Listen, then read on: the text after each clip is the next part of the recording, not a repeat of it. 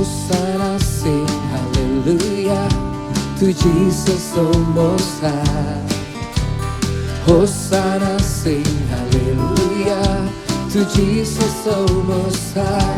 Hosanna, Hosanna, sing hallelujah to Jesus the Most High. Hosanna, sing hallelujah to Jesus the Most High.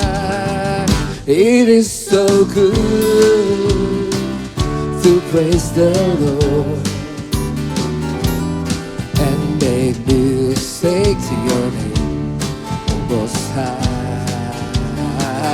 It is so good to praise the Lord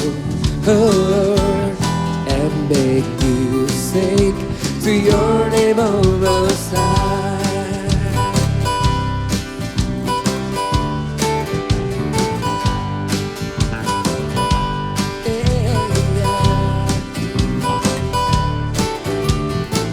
Hosanna, Hosanna, sing hallelujah to Jesus the Most High.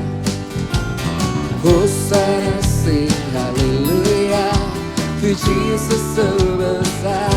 Hosanna, Hosanna, sing hallelujah to Jesus the Most High. Hosanna, sing hallelujah to Jesus the Most High. It is so good to praise the Lord and make music to your name, O Most High.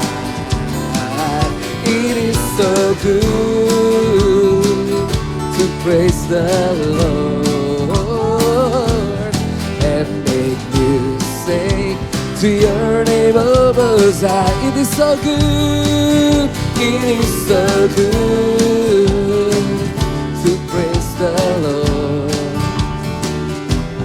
and make music to your name, O Most High. It is so good to praise the Lord and make music to your name, O Most High.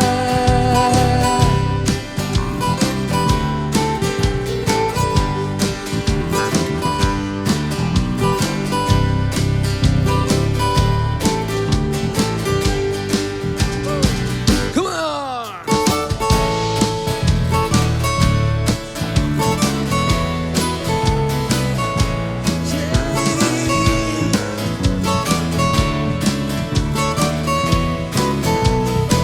It is so good, it is so good to praise the Lord and make music to your name, O Most High. It is so good to praise the Lord and make music to your name, O Most High. It is so good, so good, so good, and make music to your name, O Most High.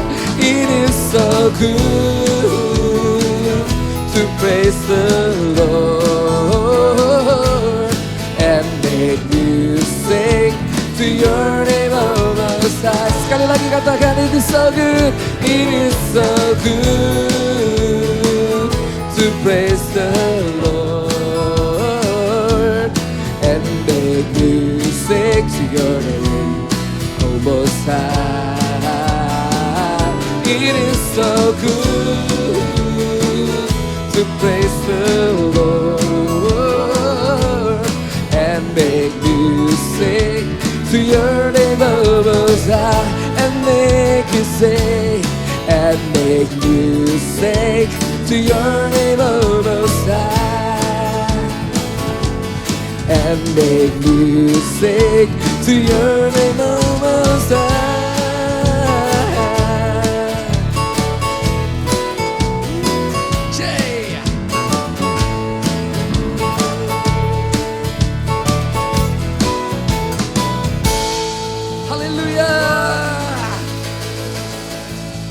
Mari beri kemuliaan paling meriah buat Tuhan. Come on.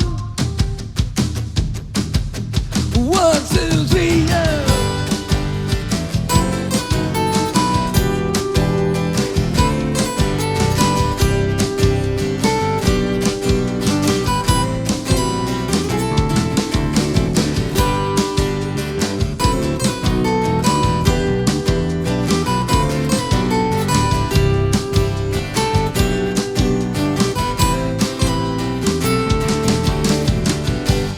Begitu besar kasih tak tercurah bagi dunia, karyamu, kasihmu yang termulia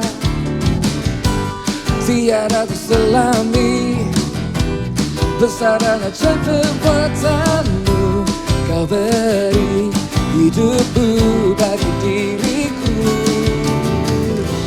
Tiada yang sepertimu, kau berkuasa selamanya, ku puji kau selalu. Oh, betapa dalamnya, betapa lebarnya kasih setiamu. Oh, oh, oh, tiada bandingannya, tiada duanya, tiada seperti kau, Yesus Tuhanku.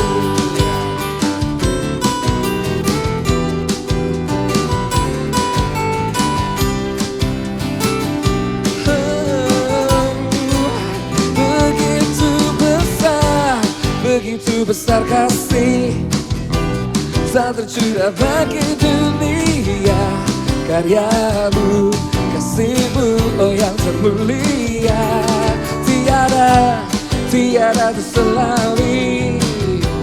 Besar dan ajaib perbuatanmu, kau beri hidupmu bagi diriku. Tiada yang sepertimu, kau berkuasa selamanya, ku puji kau selalu. Betapa dalamnya, betapa lebarnya kasih setiamu. Oh, oh, oh, tiada bandingannya, tiada duanya, tiada seperti kau, Yesus Tuhanku. Anugerahmu selalu baru, tiada berkesudahan. Come on music.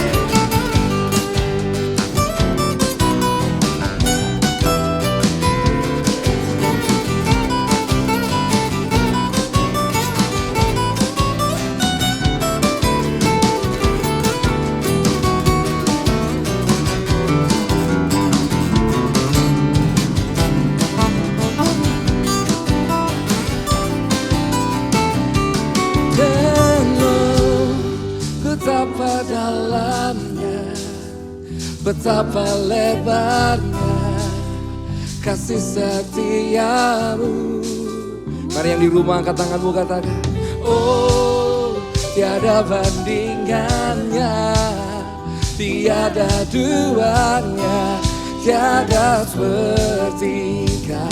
Sekali lagi, come on, betapa dalamnya, oh betapa dalamnya, betapa lebarnya kasih setiamu. Oh, tiada bandingannya, tiada duanya, tiada seperti kau, Yesus, Yesus Tuhanku. Oh, oh, oh.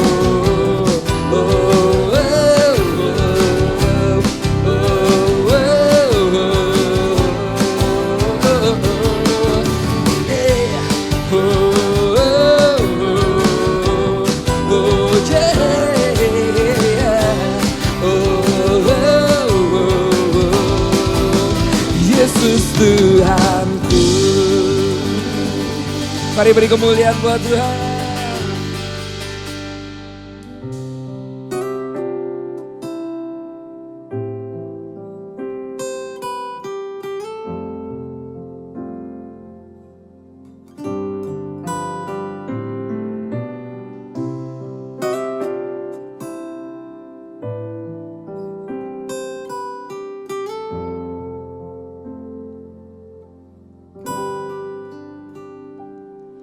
Di saat tak seorang pun dapat menolongku, dunia berkata habislah sudah masa depanku, tapi ku tahu ada pribadi yang setia. Dia tak pernah tinggalkanku. Dialah Tuhan Yesus. Hanya dekat padamu, Kau ku merasa tenang, dan hanya di dalam-Mu, oh Yesusku, ku dipulihkan. Kasih setia-Mu selalu baru setiap waktu. Ku mau mengiringmu seumur hidupku.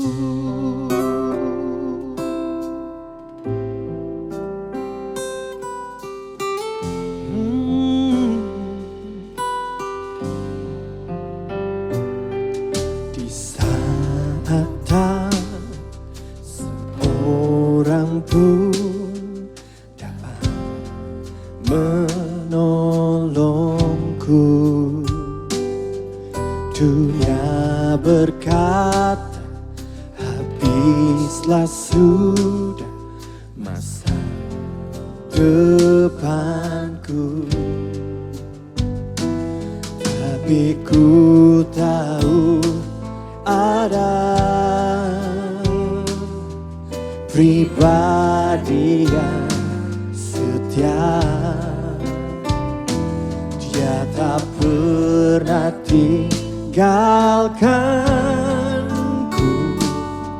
Dialah Tuhan Yesus. Hanya dekat padamu, Kau Allahku, ku merasa tenang, dan hanya di dalam-Mu, oh Yesusku, ku dipulihkan. Kasih setia-Mu selalu baru setiap waktu.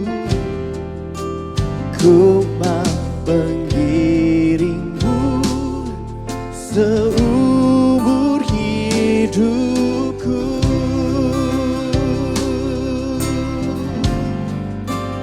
Hanya dekat padamu, Kau Allahku, ku merasa tenang, dan hanya di dalam-Mu, oh Yesusku, ku dipulihkan.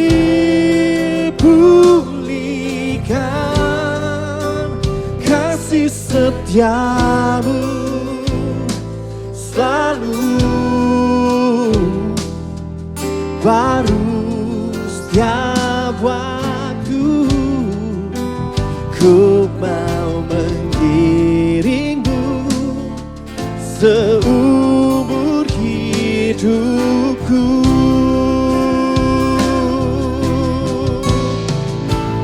Hanya dekat padamu, Kau Allahku, ku merasa tenang, dan hanya di dalam-Mu, oh Yesusku, ku dipulihkan. Kasih setiamu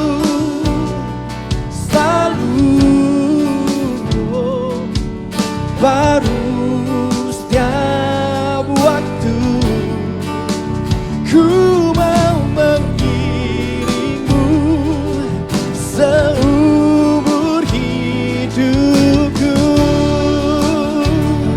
Ini kerinduan kami Tuhan, hanya dekat padamu, Kau Allahku, ku merasa tenang, dan hanya di dalam-Mu, oh Yesusku, ku dipulihkan. Kasih setiamu selalu, oh baru setiap waktu. Ku mau mengiringmu seumur hidupku.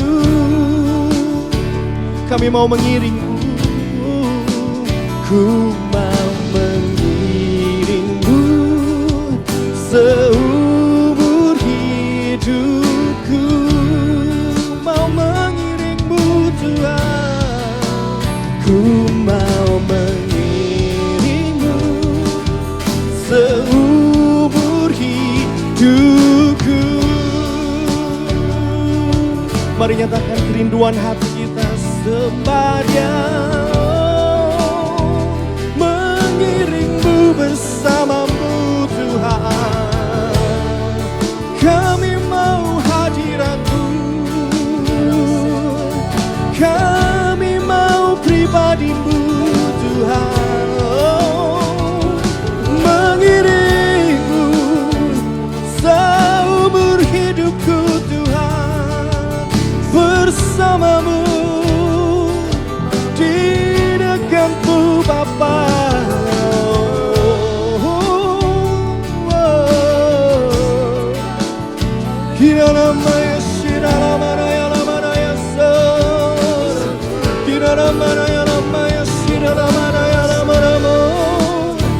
Haleluya.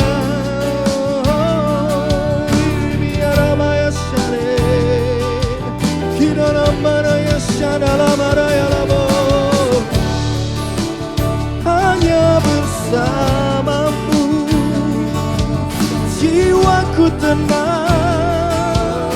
Oh, di dalam ayat oh, we worship you Lord, we worship you Lord. Kami menyembahmu, hadirat-Mu menjamah kami. Asal ada Engkau dekat kami, hatiku tenang Tuhan. Tangan yang kuat menopang, menjaga kami.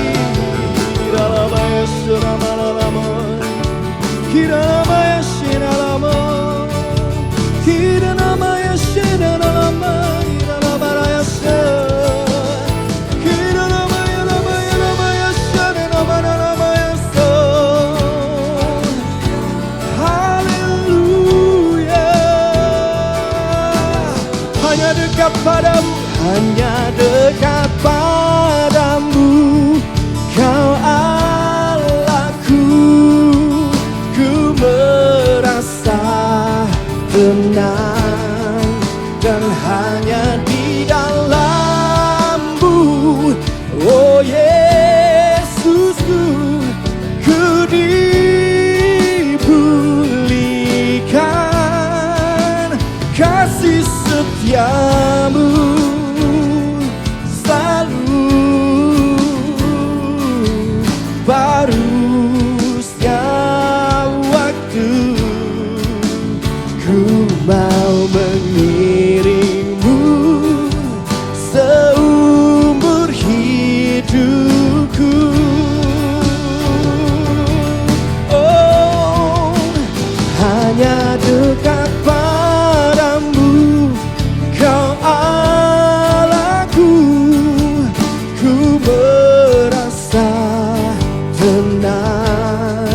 dan hanya di dalam-Mu, oh Yesusku, ku dipulihkan.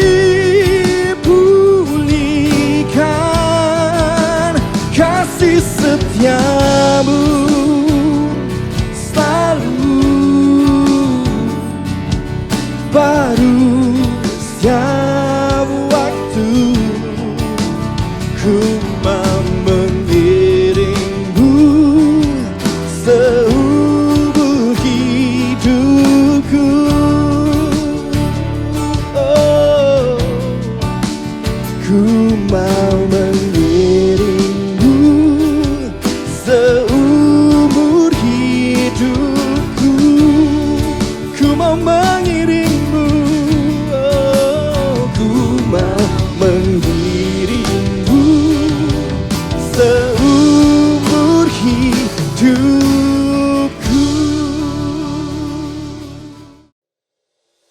Shalom Jemaat Tuhan, dimanapun Anda berada hari ini, saya berdoa agar damai sejahtera Allah dan Shalom Tuhan itu turun atas kehidupan Anda semuanya.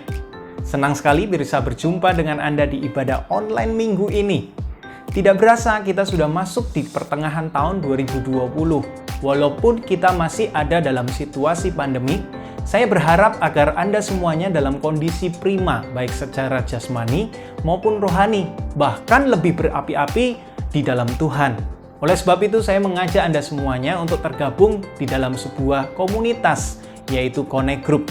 Karena di dalamnya kita bisa saling menjagai satu dengan yang lain, mensupport satu dengan yang lain, agar iman kita tetap terjaga di dalam Tuhan. Mari ikuti Connect Group online dan hubungi setiap nomor-nomor yang ada agar Anda mendapatkan informasi yang Bapak Ibu Saudara, minggu ini adalah minggu pertama di bulan Juli tahun 2020. Minggu di mana kita punya kesempatan untuk mengembalikan persembahan persepuluhan kita. Demikian juga dengan persembahan minggu, Anda bisa mentransferkan di setiap nomor-nomor yang ada di gereja lokal Anda masing-masing. Mari siapkan yang terbaik dan kita berdoa bersama. Terima kasih Tuhan Yesus untuk kesempatan di mana kami bisa beribadah bersama dan kesempatan di mana kami bisa mengembalikan persembahan persepuluhan yang ada. Inilah bukti ketaatan kami dan cinta kasih kami kepada Tuhan, serta ucapan syukur kami betapa Engkau sudah memberkati kami sedemikian rupa. Pakailah untuk menjadi alat-Mu untuk memperlebar kerajaan surga. Terima kasih juga Tuhan untuk kesempatan di mana kami bisa mendengarkan firman-Mu. Biar setiap benih firman-Mu itu tertanam dan bertumbuh dan berbuah lebat bagi kemuliaan nama Tuhan di dalam kehidupan kami. Terima kasih Tuhan Yesus, di dalam nama-Mu kami berdoa dan mengucap syukur. Haleluya. Amin. Mari Bapak Ibu Saudara, siapkan hati Anda dan Tuhan Yesus memberkati.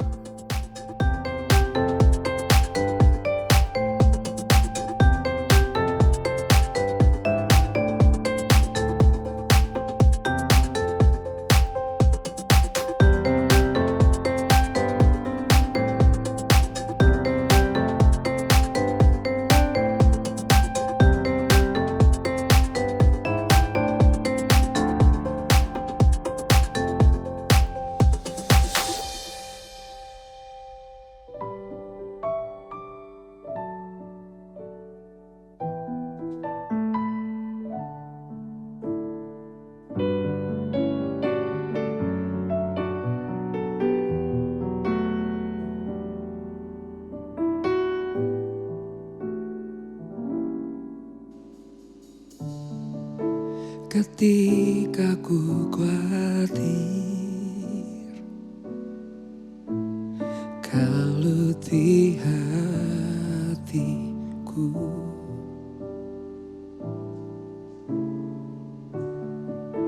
ku datang padamu, nyatakan doa dan ucapan syukur. Damai sejahtera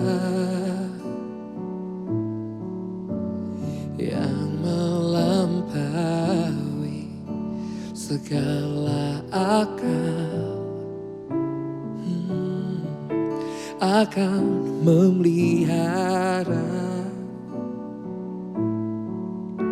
hati dan pikiranku dalam Kristus Yesus.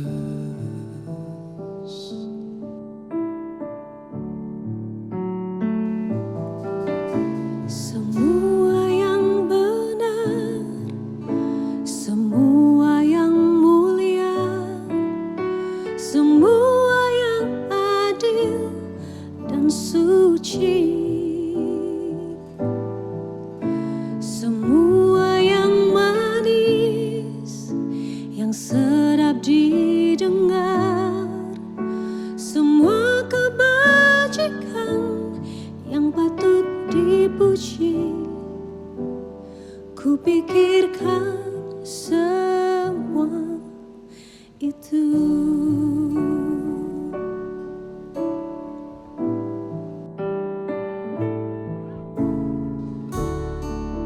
Damai sejahtera yang melampaui segala akal akan memelihara hati dan pikiranku dalam Kristus Yesus.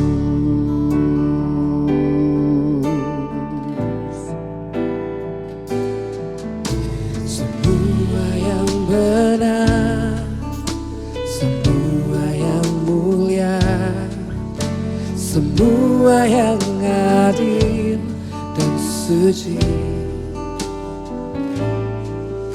semua yang manis, yang sedap didengar, semua kebajikan yang patut dipuji,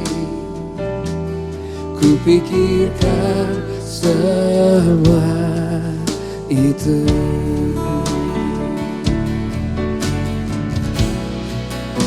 Semua yang benar, semua yang mulia, semua yang adil dan suci,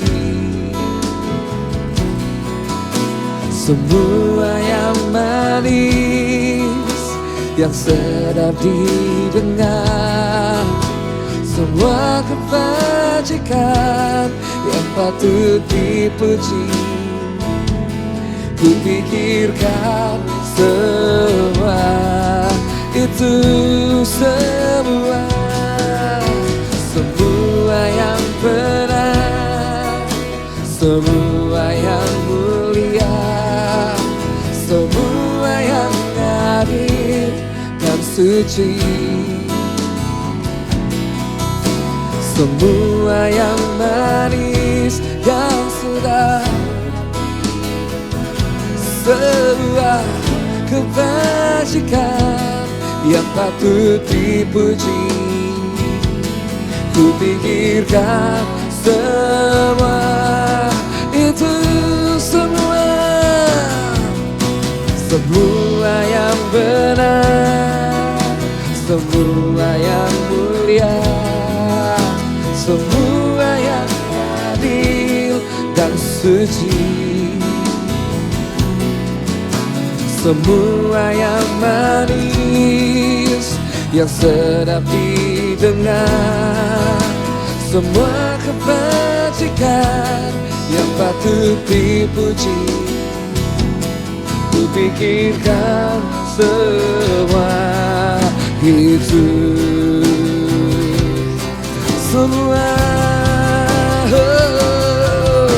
Semua yang benar, semua yang mulia, semua yang adil dan suci,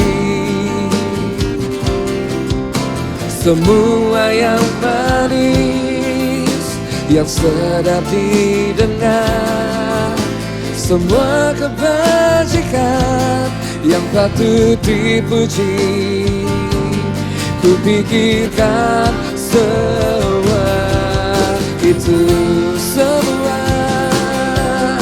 Semua yang benar, semua yang mulia, semua yang adil dan suci,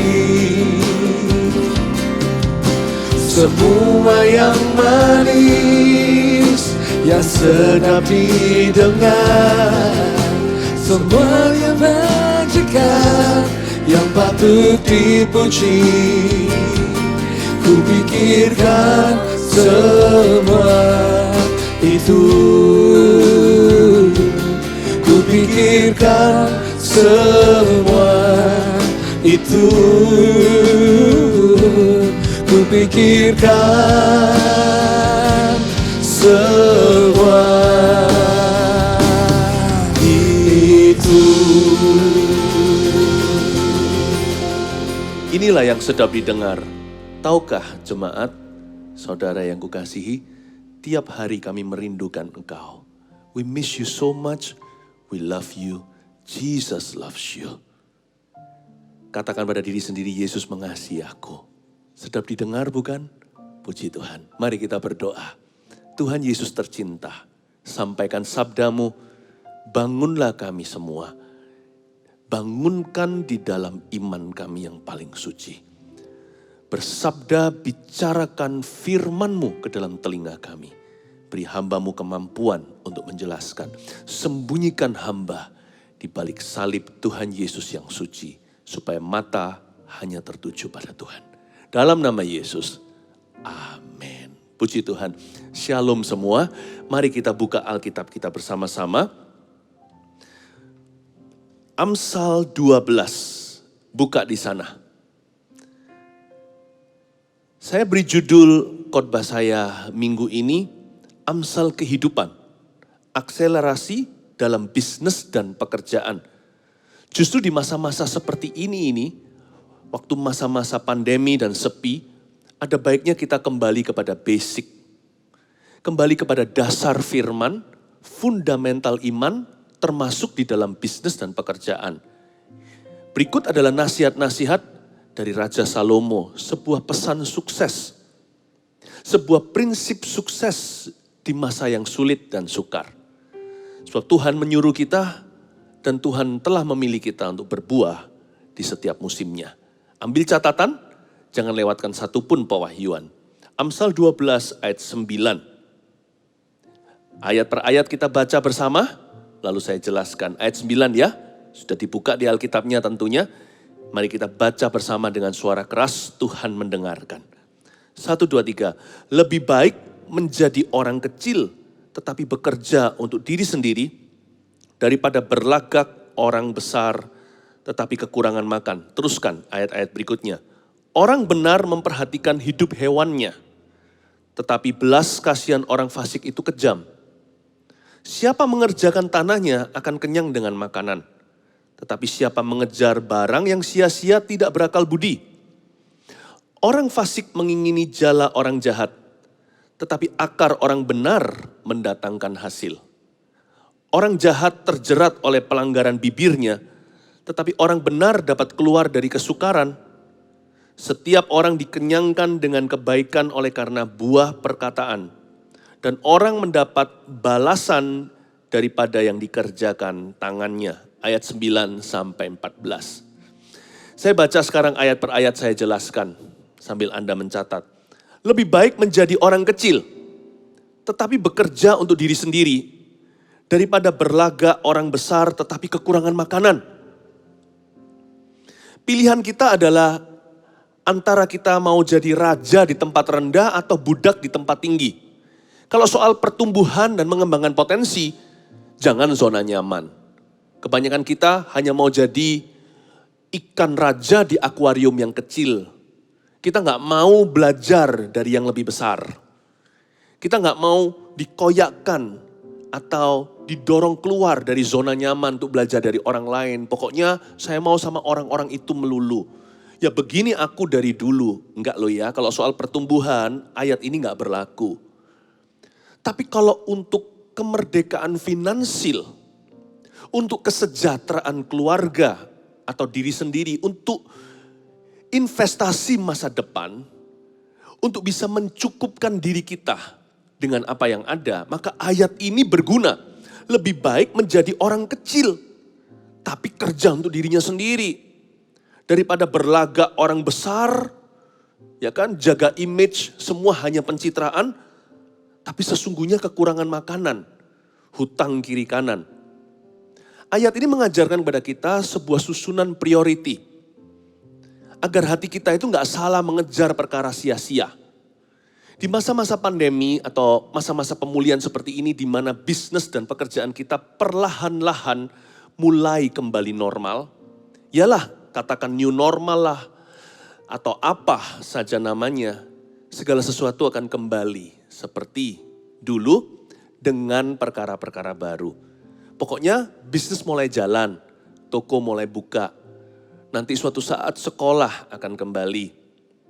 Perkantoran, meskipun ada batas-batas, tapi orang mulai kembali bekerja.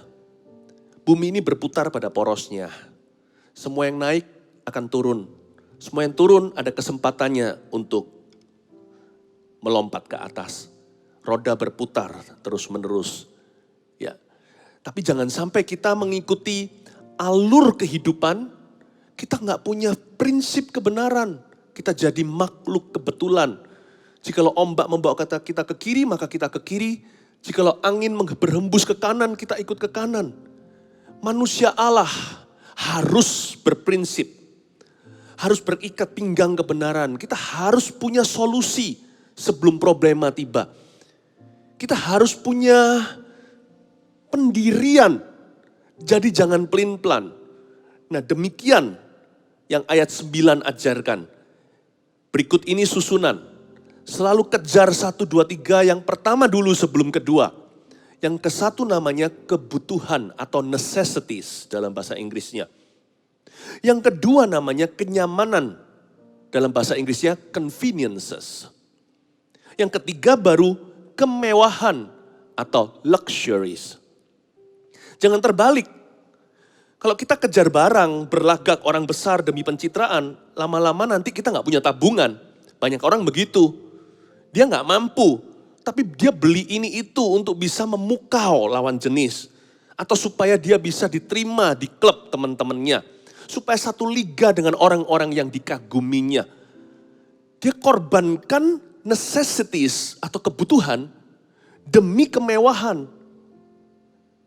Nah masa-masa susah di dunia itu sebenarnya paling menghajar orang-orang yang salah prioritasnya. Yakni mereka yang hati dan sikapnya manja. Orang-orang yang cari perkara sia-sia itu yang kena dulu. Di masa-masa seperti ini, yang aman, yang kokoh tidak goyah adalah orang yang tidak berhutang. Mereka tidak punya hutang piutang. Tapi orang yang punya segalanya seolah-olah tapi semuanya pinjaman, ini yang kewalahan. Nah kita belajar ya, sementara roda sekarang di bawah sebelum nanti ke atas lagi, mari kita pupuk fondasi. Mari kita kembali ke fundamental iman. Mumpung kita lagi di bawah, sebelum di atas nanti timbul kebocoran, sekarang waktunya. Kalau kita itu mau menggali dalam-dalam, meletakkan fondasi yang kokoh, tidak akan goyah, tidak seperti pasir yang kena banjir, lalu rumah itu runtuh, inilah sekarangnya. Sekarang inilah waktunya.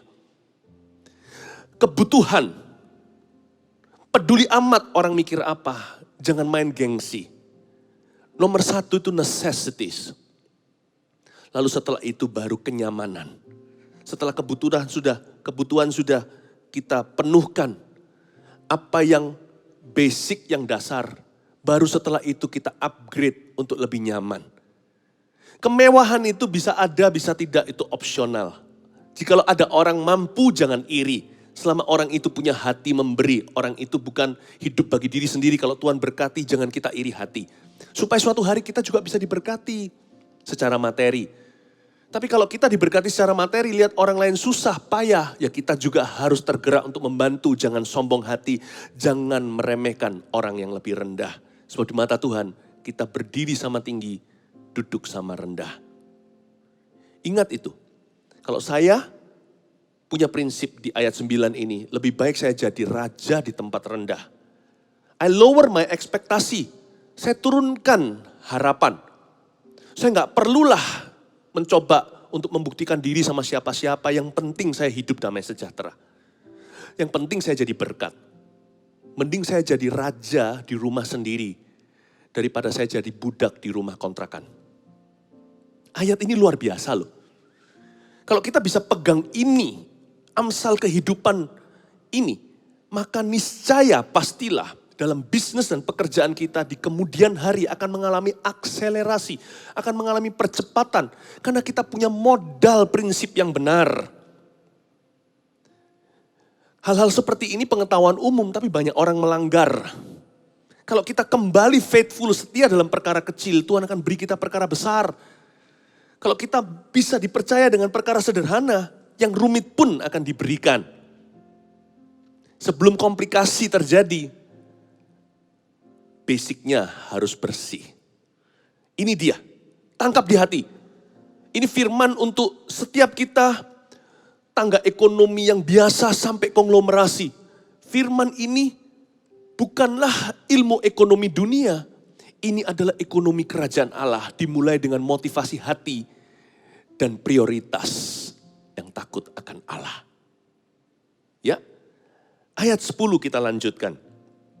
Orang benar memperhatikan hidup hewannya, tetapi belas kasihan orang fasik itu kejam. Kalau kita baca ayat 10 ini rasanya apa ya ini? Apa hubungannya binatang dengan belas kasihan orang fasik itu kejam? Kok rasanya 10a dan 10b itu tidak terkoneksi? Orang benar memperhatikan hidup hewannya. Maksudnya pet, hewan piaraannya. Baik itu ikan koki, ikan koi, atau anjing, kucing, atau apalah.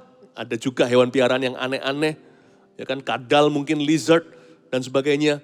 Tidak dibuat kelaparan, kita sudah stok makanan. Tapi belas kasihan orang fasik itu kejam. Ini bukan bicara tentang binatang, ini bicara tentang orang. Loh kok bisa?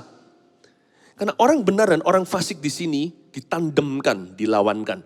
Ini perbandingan, jadi jangan terpukau dengan hewan.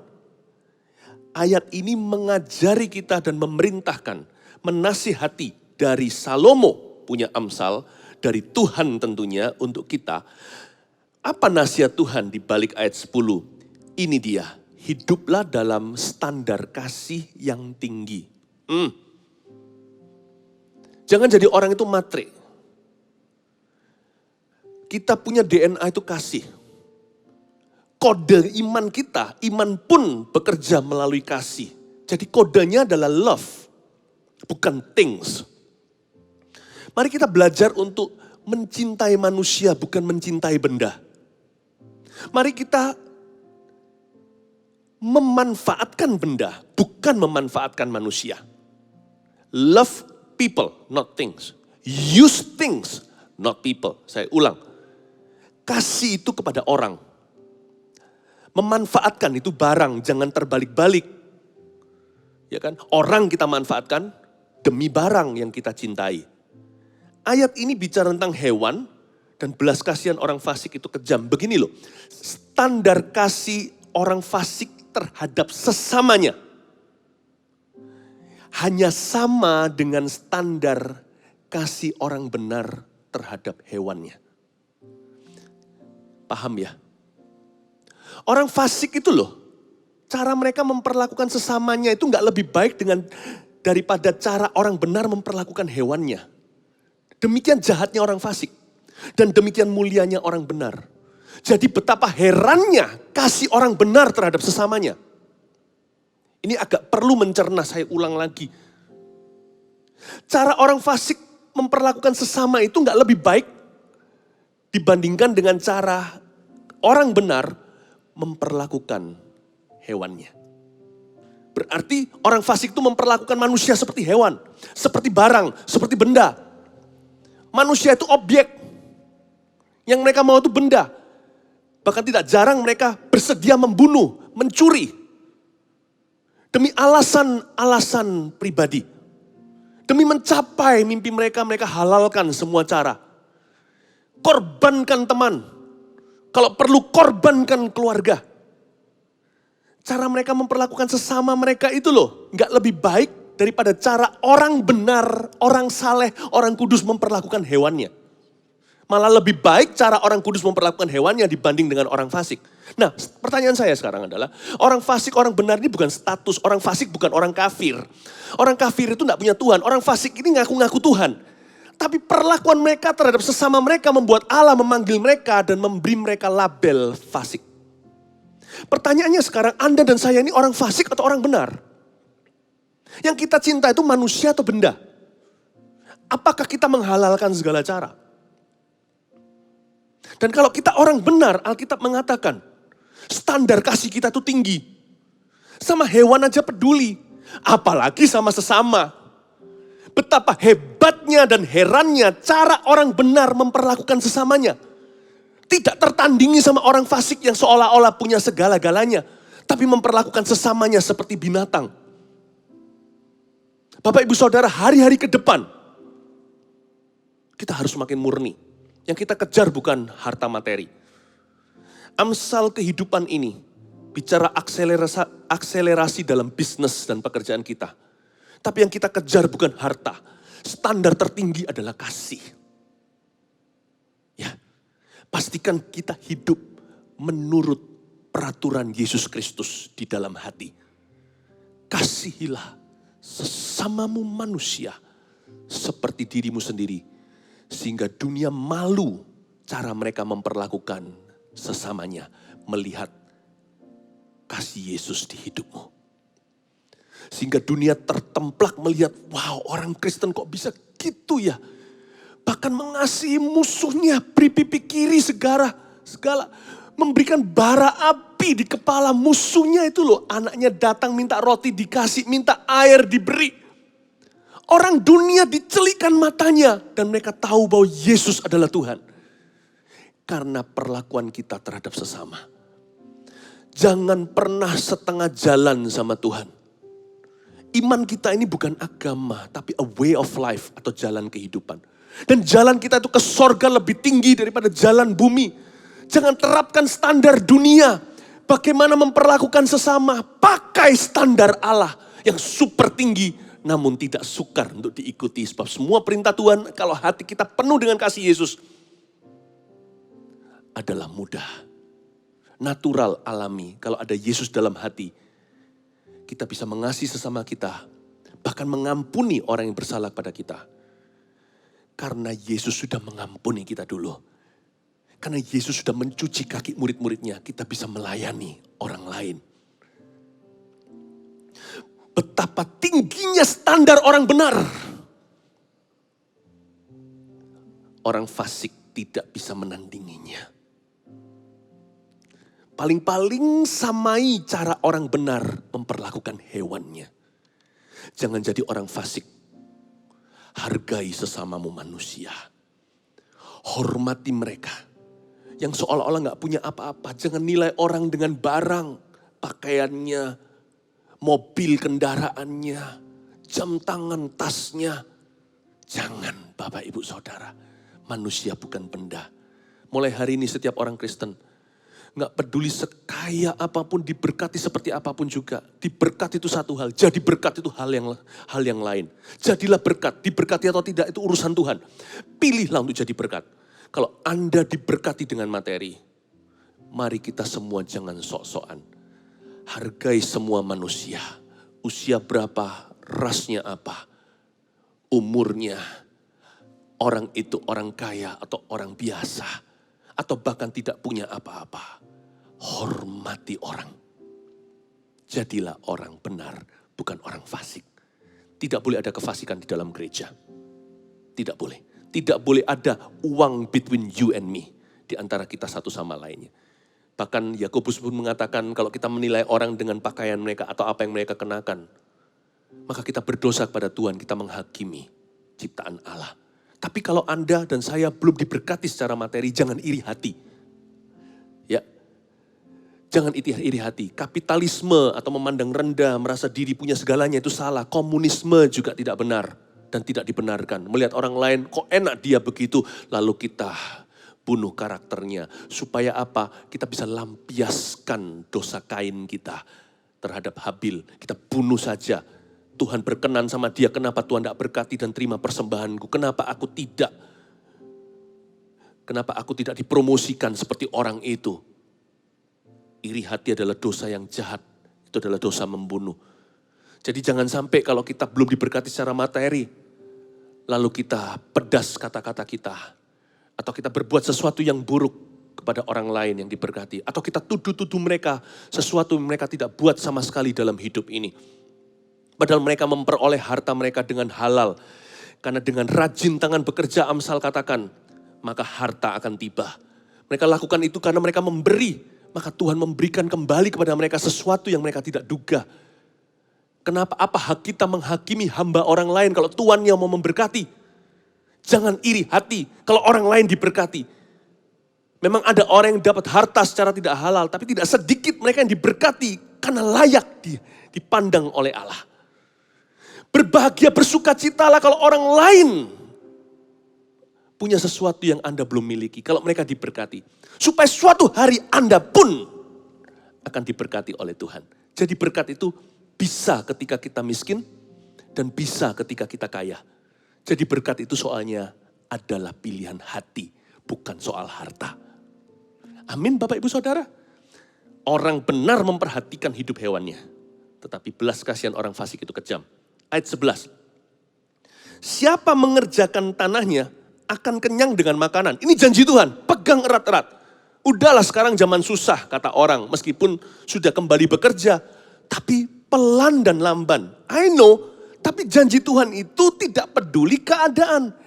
Firman itu benar, seiota pun tidak digenapi. Bumi langit boleh berlalu, tapi firman Tuhan akan terjadi. Siapa mengerjakan tanahnya akan kenyang dengan makanan. Itu janji Tuhan, titik bukan koma.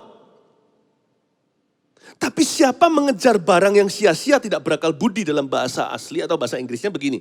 Siapa mengejar useless projects tidak berakal budi atau bunuh diri secara ekonomi.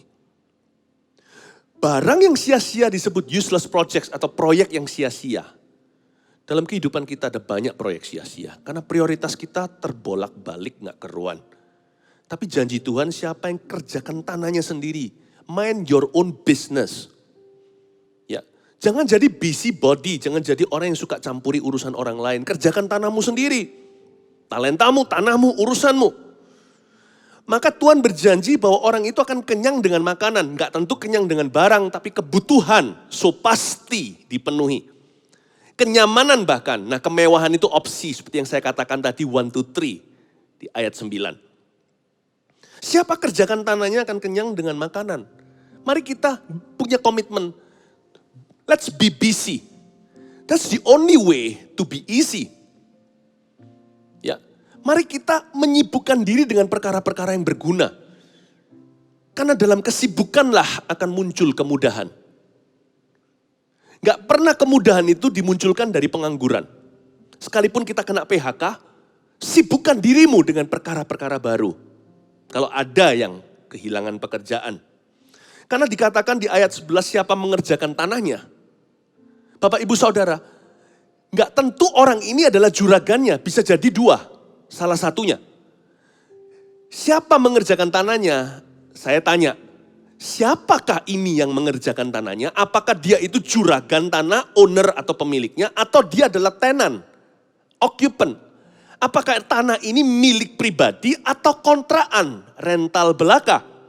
Pokoknya Alkitab samakan perintahnya kepada kedua-duanya. Baik kita itu juragannya atau kita hanyalah tenannya. Kita mengontrak, menyewa atau milik sendiri, milik keluarga. Pokoknya perintahnya adalah kerjakan tanah. Kerjakan itu. Engkau akan kenyang dengan makanan. Mengerjakan tanah itu, saya jadi ingat satu talenta yang disembunyikan di bawah tanah oleh hamba yang malas. Malas itu bukannya tidak berbuat sesuatu, malas itu tidak menghargai apa yang dia punya dan dia kelola. Hamba itu nggak malas beneran loh, karena hamba yang dalam perumpamaan itu dia menggali lubang dan itu berkeringatan. Dia taruh talenta di dalam. Jangan beralasan jadi orang. Apapun yang ada di depanmu, milik atau mengerjakan orang lain punya. Digaji penuh atau setengah, bonus-bonusnya hilang atau masih ada. Atau bahkan kalau perlu kita nggak digaji sama sekali, tapi kalau kita kerjakan, mungkin kita memiutangi sesuatu untuk hari kemudian. Untuk esok hari. I don't know. Tapi saya selalu memilih untuk busy daripada nganggur. Ya, satu talenta itu 34 kilo. Jadi tidak sama dengan bahasa Indonesia talenta bakat. Bakat menyanyi. Oh sana punya talenta melukis ya. Itu talenta lain. Tapi talenta di Alkitab perumpamaan hamba itu. Bicara tentang satu measurement atau ukuran berat 34 kilo sesuatu. Alkitab mengatakan. Gak peduli juragan atau tenan. Ini waktunya jangan pegang erat gengsimu. Yang penting kerja. Kerja apapun jadi mau meracang mau kuli. Udah gak peduli pencitraan sana dulu bos. Kalau perlu kerja sama orang. Apalagi kalau hanya bos-bosan yang pencitraan. Yang berlagak orang besar tapi kekurangan makanan. Tapi sekarang bertobat dengar firman ini. Ya kan lebih baik jadi raja di tempat rendah daripada budak di tempat tinggi. Ya kan lebih baik jadi raja di rumah sendiri. Sekarang waktunya Anda bekerja. Udahlah. Apa orang lain pikir itu gak penting sama sekali. Cari kerja sama orang. Apapun di depanmu kerjakan ladang. Ya, satu talenta itu bicara tentang 34 kilo sesuatu kan. Coba saya tanya, semoga saya tidak kedengaran, tidak sopan bertanya ini. Kebetulan karena Anda tidak ada di sini, kita terpisah jarak jadi Anda tidak perlu jawab saya. Timbang badan Anda berapa kilo hari ini? Saya buka kartu aja, saya tingginya 184. Ideal sih berat badan saya 80 kilo. Hitung-hitung saya ini lebih dari 2 talenta, nggak sampai 3 talenta. Saya punya tubuh yang kuat untuk bekerja. Berkhotbah apa, saya menyibukkan diri saya. Saya harus produktif. Andai kata Anda sisa 1 talenta, badanmu kurus kering tinggal 34 kilo, kulit bungkus tulang, tetap nguli meracang. Kerja keras peduli amat. Jangan pegang gengsimu, jangan pegang erat. Pokoknya saya ada penghasilan dan pendapatan, saya pasti punya hari esok. Karena Alkitab mengatakan dan Tuhan berjanji tidak berdusta. Siapa mengerjakan ladangnya? Baik saya hanya punya 1 talenta, hanya sisa tubuh gak punya pekerjaan. Saya akan kerja apa saja asal halal dan benar, asal legal. Tuhan berjanji. Saya akan kenyang dengan makanan dan saya akan kenyangkan istri, anak-anak saya atau suami anak-anak saya akan kenyangkan keluarga saya. Work, work, work. Faith without work is dead. Iman tanpa perbuatan, artinya iman tanpa bekerja adalah mati. Di Tesalonika Paulus menulis surat dengan jelas. Siapa tidak bekerja jangan makan.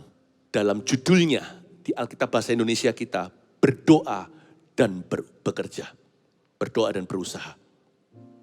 Itu dia. Kerjakan. Kerjakan. Jangan sampai kita ini beralasan. Sekalipun kalau badan kita tinggal 30 kilo sekian. Pasti kurus sekali. Jangan beralasan, Tuhan berkata sampai sekarat pun kita tetap bekerja dan menyibukkan diri dengan perkara-perkara yang berguna. Karena panggilan hidup anak Tuhan, orang Kristen sejati adalah menjadi produktif di hidup ini. Yohanes 15 berkata, berbuah. Tidak ada alasan sampai akhir hidup kita, sekalipun kita kurus kering kerontang, kita tetap harus bekerja di ladang Tuhan. Termasuk jikalau tidak ada pekerjaan pun, kita mencari-cari pekerjaan atau kita menjadi pekerjaan. Itu dia. Dan ayat 11b, saya kasih satu prioritas, susunan prioritas baru. Siapa mengerjakan tanahnya akan kenyang dengan makanan, bukan? Lalu kita lanjut, tapi siapa mengejar barang? Siapa mengejar barang? Siapa mengejar barang? Siapa mengejar barang yang sia-sia tidak berakal budi? Saya kasih prioritas yang benar, Anda catat. Begini, susunannya. Pertama-tama Tuhan, lalu orang, baru uang, kemudian barang. Saya ulang. Pertama-tama Tuhan, lalu orang. Jangan kebalik ya. Baru kemudian uang, selanjutnya barang. Siapa kejar barang sia-sia, bodoh dia, tidak berakal budi, kata Alkitab di sini. Karena itu selalu prioritas kita harus bunyinya begini. Tuhan dulu dalam kehidupan saya. Baru orang. Setelah Tuhan, manusia. Bukan benda. Ingat ya susunan hierarki atau stratanya. Inilah strata kebenaran. Selalu God first dan people. Jangan terbalik, jangan tinggalkan Tuhan karena manusia loh ya. Karena kita melanggar firman Tuhan, karena jatuh cinta kita sangkali keselamatan. Atau demi takut akan manusia. Apapun juga ingat Tuhan dulu, baru orang. Tapi jangan juga terbalik. Setelah orang, baru kemudian uang. Jangan sampai uang ditaruh sebelum orang. Biasanya kalau uang sudah mendahului orang, akan mendahului Tuhan juga karena akar kejahatan adalah cinta akan uang. Uang di urutan ketiga dalam 4 susunan prioritas yang saya perkenalkan kepada Anda lewat ayat 11b ini. Dia di susunan ketiga uang. Saya nggak akan jelaskan panjang lebar moneternya seperti apa, kan ada banyak sekali yang cair. Ya kan? Apakah itu cash, apa itu deposito, apakah itu komoditas, saya nggak ngerti, saya nggak mau campuri. Pokoknya prinsipnya saya hanya berkhotbah dari firman Allah. Aplikasinya di tangan Anda. Uang, baru barang. Banyak orang nggak punya uang, beli barang. Barang untuk supaya membuat orang lain mengaguminya. Atau semata-mata demi kenyamanan, padahal kebutuhan pun masih ngos-ngosan. Belum lagi kemewahan. Jangan salah, barang gak jadi uang, uang jadi barang. Barang gak liquid. Karena itu Bapak Ibu Saudara jangan tergesa-gesa. Makan aja susah. Upgrade teknologi terus. Lain cerita kalau orang sudah kelebihan uang. Setelah dia memberi, Tuhan tetap memberkati.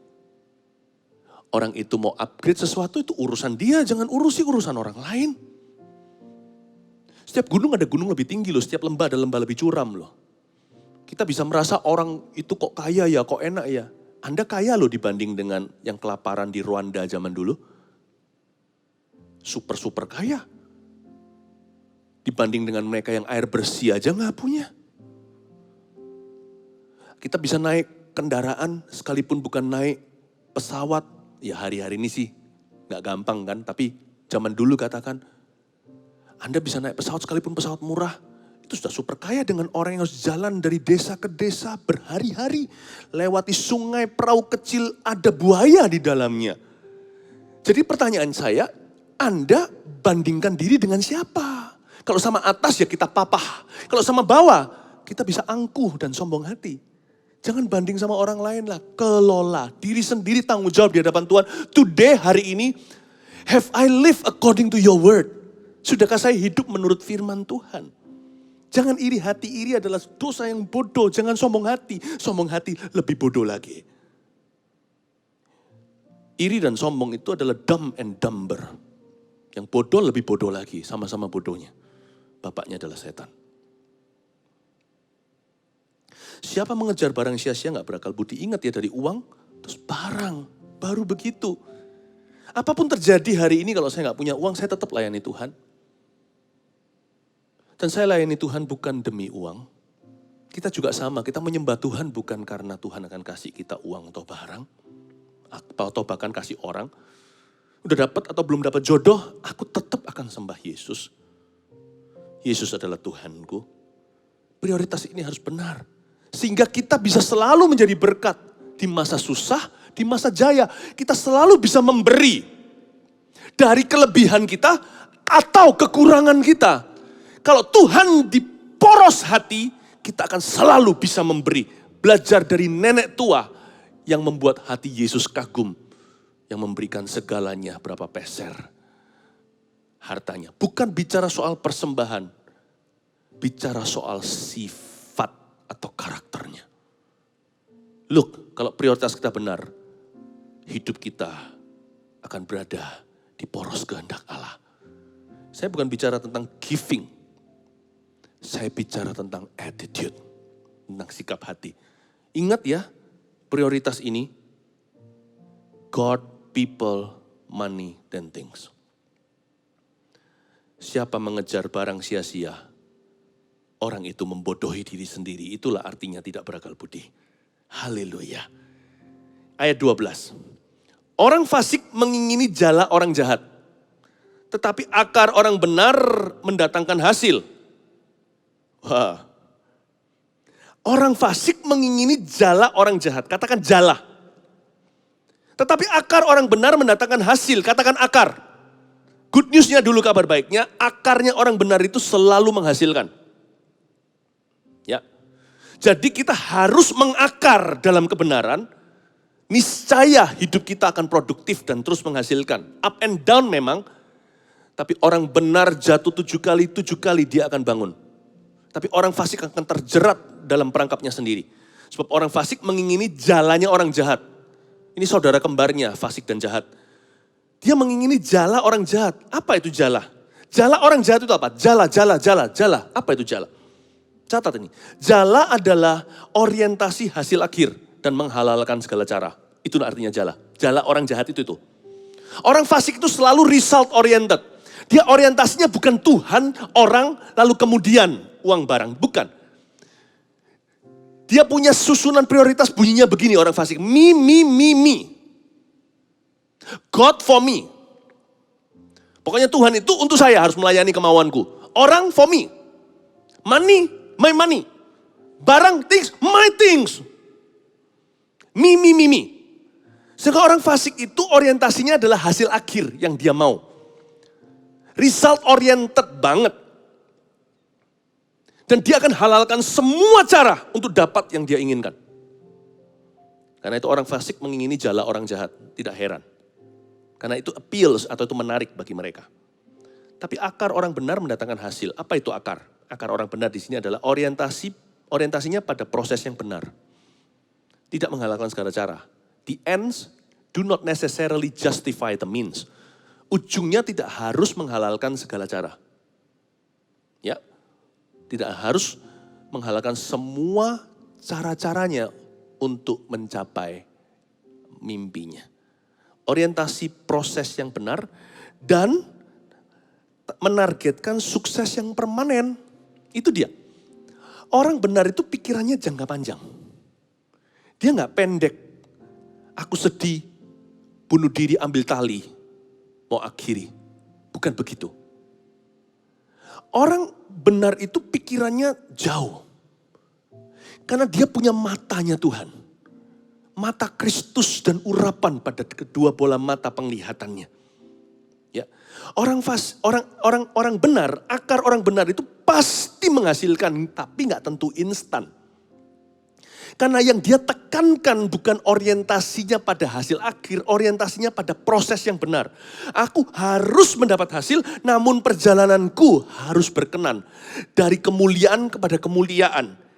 Dan yang aku jadikan goal jangka panjangnya adalah sukses yang dari Tuhan, bukan segala macam keberhasilan. Pokoknya sukses deh, bukan begitu. Aku mau keberhasilan yang dari Tuhan. Tuhanlah yang membuat kaya, susah payah tidak menambahinya.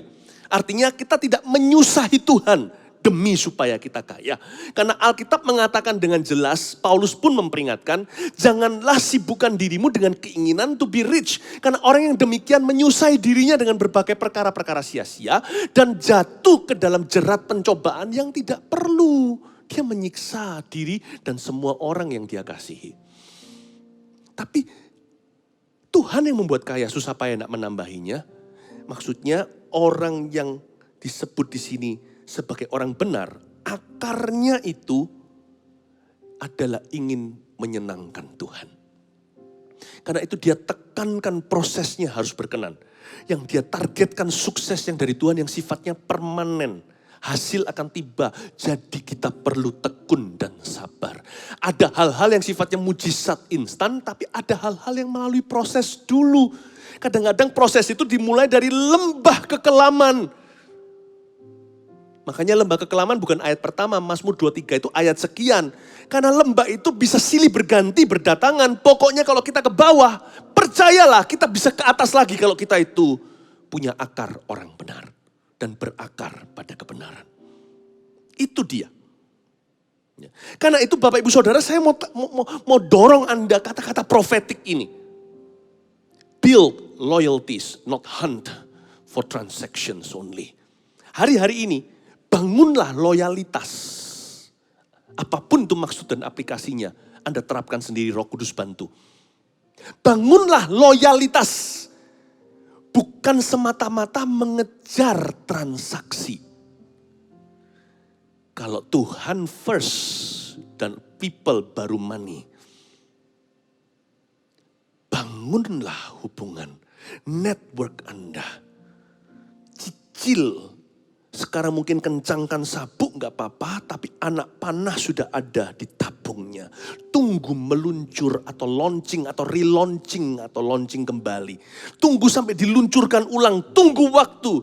Lakon selalu menang belakang. Itu dia. Ya. Dan Tuhan berjanji akar orang benar mendatangkan hasil. Ayat 13 dan 14 dengan ini saya selesai. Orang jahat terjerat oleh pelanggaran bibirnya. Seperti waktu Ayub dicobai, janganlah belajar dari dia seperti dia. Jangan pernah mengutuki Tuhan atau keluar kata-kata negatif. Sumpah serapah. Jangan juga keluar perkataan iri hati. Mengeluh seperti kata pengkhotbah, dulu kok lebih enak ya, itu bukan keluar dari hikmat bijaksana. Orang jahat terjerat oleh pelanggaran bibirnya. Pelanggaran bibir sini bukan melanggar manusia. Karena pelanggaran pada manusia nggak seberapa. Pelanggaran yang bisa membuat nasib kita terkutuk, terpuruk. Selama-lamanya termasuk dalam dunia kerja adalah dosa lidah kepada sorga dan Allah yang maha kuasa. Don't do it. Di masa susah. Kalau kita mau akselerasi, bukan mau kemunduran rohani dan kebangkrutan hati, watch what you say, hidup mati dipegang lidah. Inilah suatu ayat yang menyarankan dan memerintahkan untuk kita pengakuan iman, bukan memanipulasi Tuhan. Aku minta rumah-rumah plung, rumah jadi, bukan.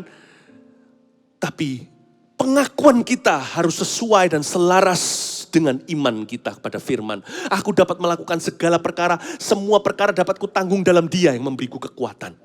Kalau kita lagi susah, tidak mengerti, kita bisa nyanyi, ya Tuhan, ku tahu rencanamu indah bagiku, kita bisa kutip ayat, mungkin kita nggak tahu persisnya di ayat berapa, tapi di Roma 8, mungkin kita bisa patah-patah, tapi tetap katakanlah, Tuhan bekerja sama dalam situasiku, dalam segala perkara, dalam baik maupun buruk, mendatangkan kebaikan bagi orang yang mengasihi Tuhan. Aku mengasihimu Tuhan. Kerjakan kebaikan. Jangan berdosa dengan lidahmu di masa-masa ini. Sebab orang jahat akan terjerat. Tapi orang benar dapat keluar dari kesukaran, itu janji Tuhan. Menurut saya ini juga pengakuan iman yang bisa Anda ambil langsung directly. Orang benar dapat keluar dari kesukaran. Orang benar dapat keluar dari kesukaran. Tuhan, aku akan keluar dari kesukaranku. Aku akan keluar dari kesukaranku. Orang benar dapat keluar dari kesukaran. Berarti kata dapat di sini artinya orang benar selalu akan keluar dari kesukaran. Orang benar tidak punya kuburan, kecuali nanti kalau kita mati meninggal dunia. Hidup ini tidak punya kuburan untuk kami. We belong to the resurrection camp. Karena kita semua golongan kuasa kebangkitan. Yesus di dalam kita, apapun yang terpuruk bisa bangkit, apapun yang jatuh bisa diangkat, apapun yang patah bisa disambung, apapun yang hilang bisa ditemukan. We belong to resurrection. Ambil aja itu langsung ayat 13. Orang benar dapat keluar dari kesukaran. Orang benar dapat keluar dari kesukaran.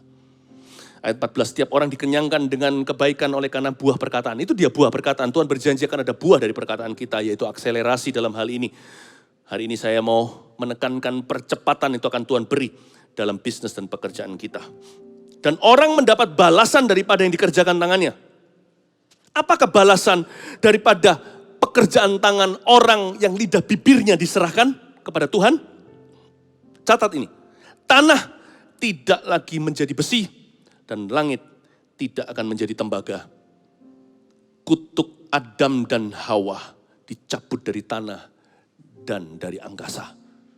Kita bisa struggle a bit, tidak dibiarkan selamanya orang benar itu goyah. Karena langitnya bukan lagi langit dari tembaga. Tanah bukan lagi tanah besi, keringat kita tidak akan menumbuhkan buah. Malah justru Alkitab berkata, dia dalam khotbah saya minggu-minggu yang lalu bukan, yang menabur dengan mencucurkan air mata, jatuh ke tanah, akan menuai dengan sorak-sorai. Jangan lupa, jangan hanya menabur dengan menangis saja. Ada kata akannya di situ, itulah masa depanmu. Masa depan penuh damai sejahtera. Memberimu hari depan penuh pengharapan. Akan menuai, akan menuai, akan menuai, akan menuai dengan sorak-sorai. Amin. Haleluya. Mari PAW semuanya, siapkan hati, kita menyembah Tuhan. Terima kasih Tuhan. Tuhan berkati umatnya. Mari kita masuk hadirat Tuhan lebih dalam lagi, lebih intim lagi. Ingat, Tuhan di atas segala-galanya. Manusia di atas harta, di atas benda, di atas semuanya. Mari kita datang sujud ke hadapannya. Sing a song. Di hadapan Hadirat-Mu, ya Bapa. Ku datang dengan penuh kerinduan di hadapan hadirat-Mu, ya Bapa. Segala keangkuhanku hilang di hadapan hadirat-Mu, ya Bapa. Ku datang dengan penuh kerinduan di hadapan hadirat-Mu, ya Bapa. Segala keangkuhanku hilang, ku sembahkan, ya Bapa. Ku sembahkan, ya Tuhan. Ku tinggikan nama-Mu Yesus dalam hidupku selalu.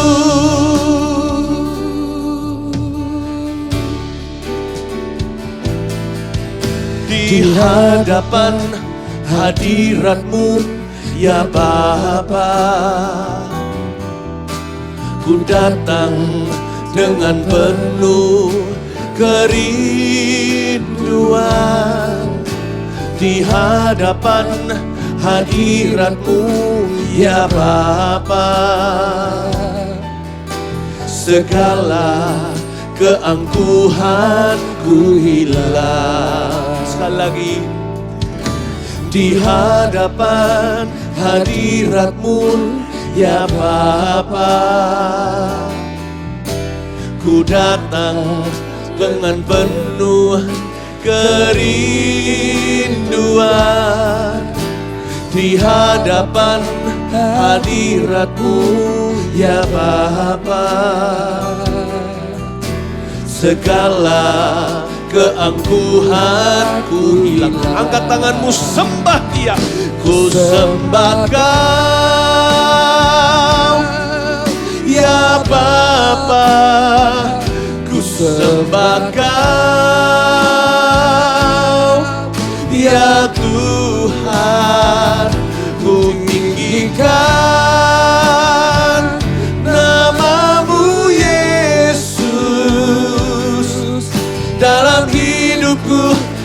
hidupku selalu.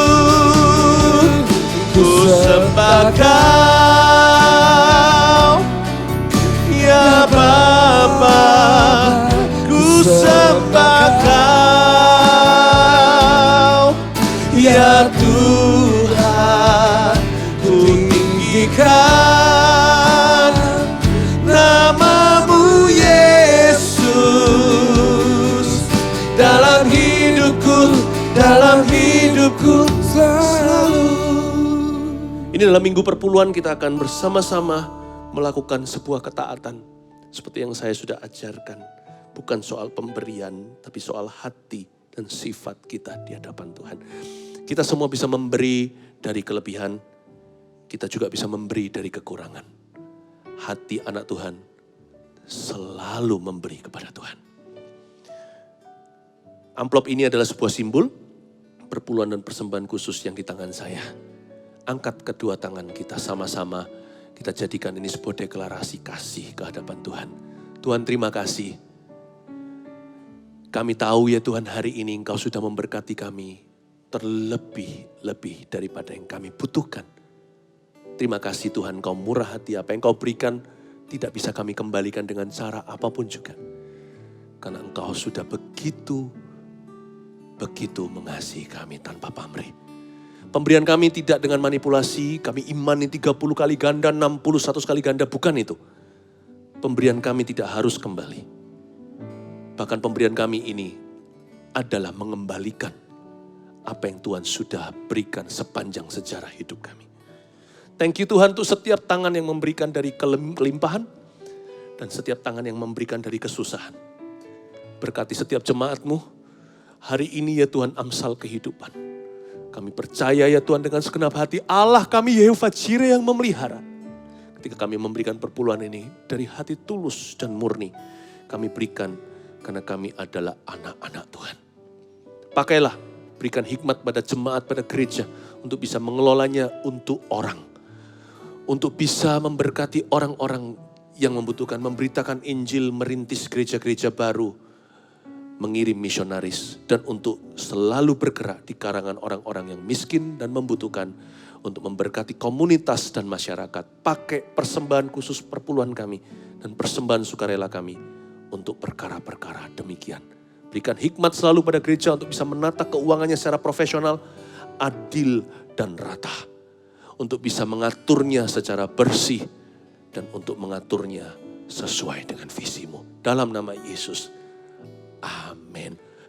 Hanya ini Tuhan persembahanku, segenap hidupku, jiwa dan ragaku, sebab tak ku miliki harta kekayaan yang cukup berarti untuk ku persembahkan.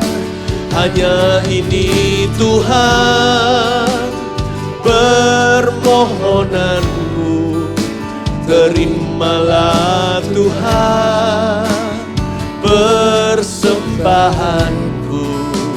Pakailah hidupku sebagai alat-Mu seumur hidupku.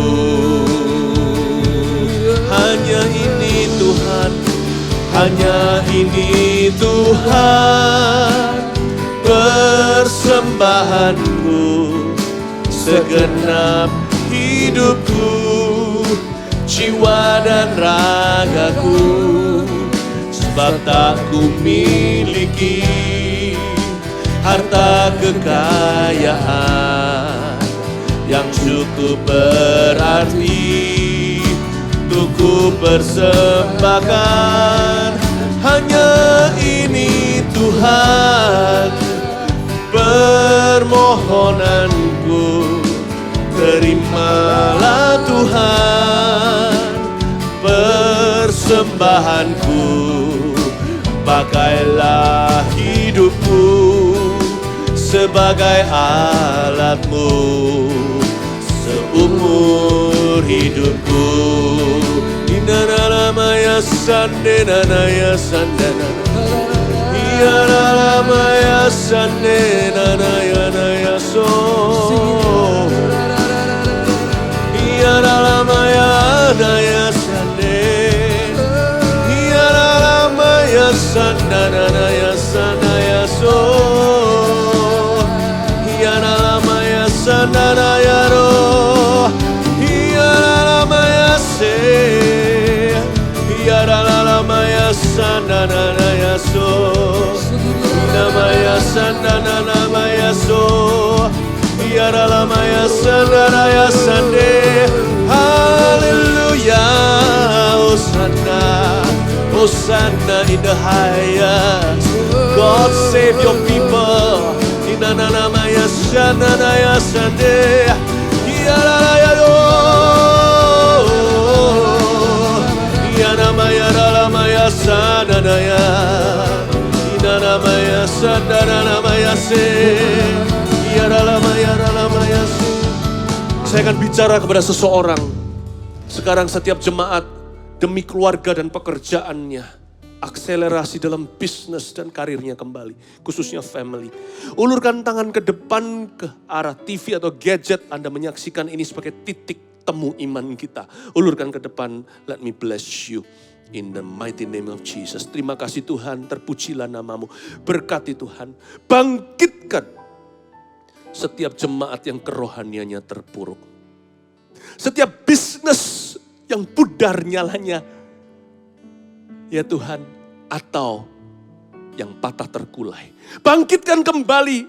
Karena setiap pribadi yang kudoakan ini dibasuh dengan darah yang mahal milik kuasa kebangkitan. Bangunkan kembali Tuhan. Sekalipun beberapa butuh tahun, beberapa butuh setahun, beberapa butuh 3 bulan atau 3 minggu atau bahkan 3 hari kebangkitan itu. Ya Tuhan, bangkitkan di dalam nama Yesus. Roh Kudus menaruh sesuatu sekarang saya sampaikan. Uji dengan iman, terima apa yang baik. Bulan depan akan ada titik balik. Bagi banyak orang. Ada titik terang. Saya tidak mau Anda menggapai harapan palsu. Tapi saya merasakan pengharapan yang tidak mengecewakan. Ini spirit yang saya rasakan di dada. Lihatlah, bulan yang di depan ini, setelah Anda live streaming sekarang ini, akan ada titik terang, akan ada titik balik. Memang masa-masa seperti ini sekarang menghantam orang-orang terutama yang rohaninya manja untuk mencari Tuhan. Atau orang-orang yang hanya demi kemewahan. Sekarang kembali ke basicnya bukan? Tuhan akan pindahkan salah satu tujuan. Apa yang Tuhan izinkan atas dunia adalah memindahkan harta orang fasik pada orang benar. Memindahkan rekan orang-orang fasik. Rekan-rekan yang baik ini kepada Anda. Akan ada customer klien baru, akan ada supplier baru di dalam nama Yesus Kristus. Akan ada sesuatu. Beberapa orang akan dibukakan pintu yang sudah tertutup itu. Jadi jangan masukkan seragam kerjamu. Taruh di luar, digosok rapi karena Anda akan masuk kerja lagi. Dan Anda akan kembali ke pos semula. Bahkan akan ditinggikan oleh Tuhan. Tapi beberapa orang pintu tertutup itu saya tidak berdoa untuk dibuka. Tapi saya berdoa agar Tuhan membuka pintu baru. Anak-anak muda yang sekolah. Saya doa supaya Anda dibukakan jalan. Entah beasiswa atau pertolongan murah hati atau soft loan dari siapa. Anda akan bisa selesaikan kuliah Anda. Yang di luar kota, di luar negeri. Tapi Anda yang tidak tertutup pintunya. Keluarga Anda baik-baik dipelihara. Cepat selesaikan, jangan tunda. Jangan berkata nanti aja. Jangan jadi malas maupun beralasan. Kalau bisa selesaikan di zaman sekarang ini. Kalau bisa selesaikan segera. Karena dunia ini tidak menentu. Tuhan saja yang pasti. Kalau Anda punya kesempatan di tangan. Jangan lamban hati. Selesaikan kuliahmu. Cepat. Karena Papa masih bisa memberimu berkat. Oh Tuhan terima kasih. Terpujilah namamu. Oh Ramakaya Shanana. Yang sakit Tuhan terima kasih Tuhan. Saya melihat ginjal yang fungsionalnya menurun. Dan Anda takut sudah diberitahu oleh dokter yang baik. Yang tepat diagnosanya bahwa sebentar lagi kalau ini terus begini. Anda harus cuci darah. Tiba-tiba bulu yang patah terkulai tersebut. Atau ginjal yang pudar nyalanya. Akan begini. Tiba-tiba berfungsi seperti mengejar ketinggalan. Anda tidak akan, bukan hanya tidak akan cuci darah sementara. Anda tidak akan cuci darah selamanya. In the name of Jesus. Sembuhkan ginjal itu. Terima kasih Roh Kudus. Tuhan tunjukkan kepada saya. Sekarang saya ngerti diberikan arti mimpi. Padahal saya mimpi ini semalam. Saya melihat orang memakai backpack dan itu berat luar biasa sehingga tulang belakangnya kesakitan. Dia harus duduk karena dia nggak kuat. Sekarang saya paham itu kuk yang dipasang setan di punggung dan tulang belakang. Jangan remehkan back pain di dalam nama Yesus Kristus. Saya tengking back pain itu, rasa sakit di punggung, syaraf di tulang belakangnya di dalam nama Yesus. Yang nomor berapa yang retak atau yang kembali yang melekat, aku perintahkan jadi normal di dalam nama Yesus, seperti Tuhan ciptakan bayi baru dengan semua organ tubuh yang sempurna. In the name of Jesus. Orang ini juga tidak bisa mengangkat tangannya seperti ini. Tidak bisa mengangkat karena sakit sekali. Tidak bisa mengangkat sampai tinggi. Sekarang angkat tangan itu di dalam nama Yesus Kristus. Yesus menyembuhkanmu. Haleluya. Oh haleluya. Terima kasih Tuhan. Terima kasih Tuhan. Terima kasih Tuhan. Pakai hidup kami. Mari kita angkat tangan, kita bersyukur. Katakan, Tuhan pakai hidupku. Ini persembahanku. Hidupku kuberikan padamu. Haleluya. Haleluya. Hanya ini Tuhan. Haleluya. Hanya ini Tuhan. Persembahanku. Segenap hidupku, jiwa dan ragaku, sebab tak ku miliki harta kekayaan yang cukup berarti untuk ku persembahkan. Hanya ini Tuhan permohonanku. Terimalah Tuhan persembahanku, pakailah hidupku sebagai alatmu seumur. Mari kita akhiri ibadah ini dengan berlumuran syukur.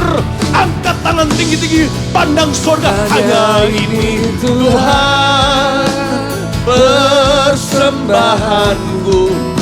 Segenap hidupku, jiwa dan ragaku, sebab tak ku miliki harta kekayaan yang cukup berarti untuk ku persembahkan. Hanya ini Tuhan permohonanku. Terimalah Tuhan persembahanku, pakailah hidupku sebagai alatmu seumur hidupku.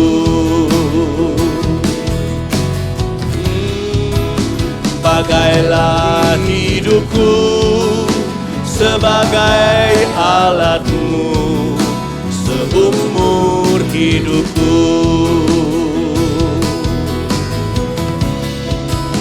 Pakailah hidupku sebagai alatmu seumur hidupku.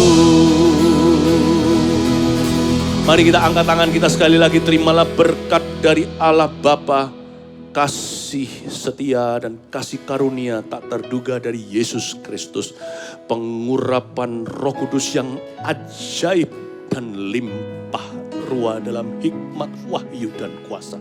Menyertaimu jemaat yang kurindukan dengan segenap hatiku. Dari sekarang sampai kita berjumpa kembali. Sampai Yesus datang kembali juga. Dalam nama Yesus. Amin. Love you.